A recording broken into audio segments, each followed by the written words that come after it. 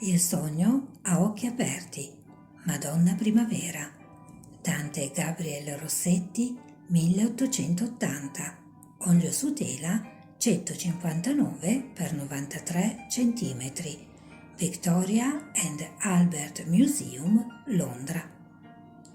Il dipinto non dà alcuna indicazione sull'oggetto dei pensieri della donna, così assorta nel suo sogno occhi aperti che sia il libro sia il fiore che tiene in mano le giacciono dimenticati in grembo.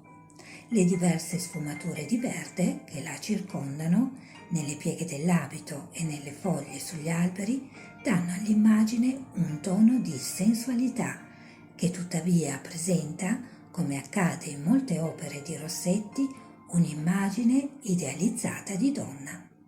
Principale esponente del movimento pre-raffaellita, Rossetti offre in dipinti come quello qui riprodotto molte caratteristiche essenziali del movimento, quali la luminosità diffusa di colori brillanti, l'attenzione meticolosa ai particolari e lo studio di soggetti ambientati in esterni.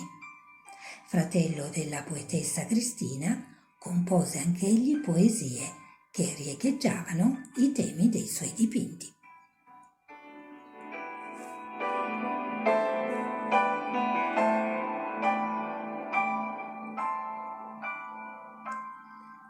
Per la visione e l'ascolto di questo video vi ringrazio e invito anche chi non l'avesse ancora fatto ad iscriversi al canale Il Cappello di Irma, attivando la campanellina per ricevere così le notifiche dei prossimi contenuti e dei prossimi video che pubblicherò. Inoltre, perché è gratuito come il canale, vi invito anche a visitare il mio sito web www.ilcappellodiirma.it.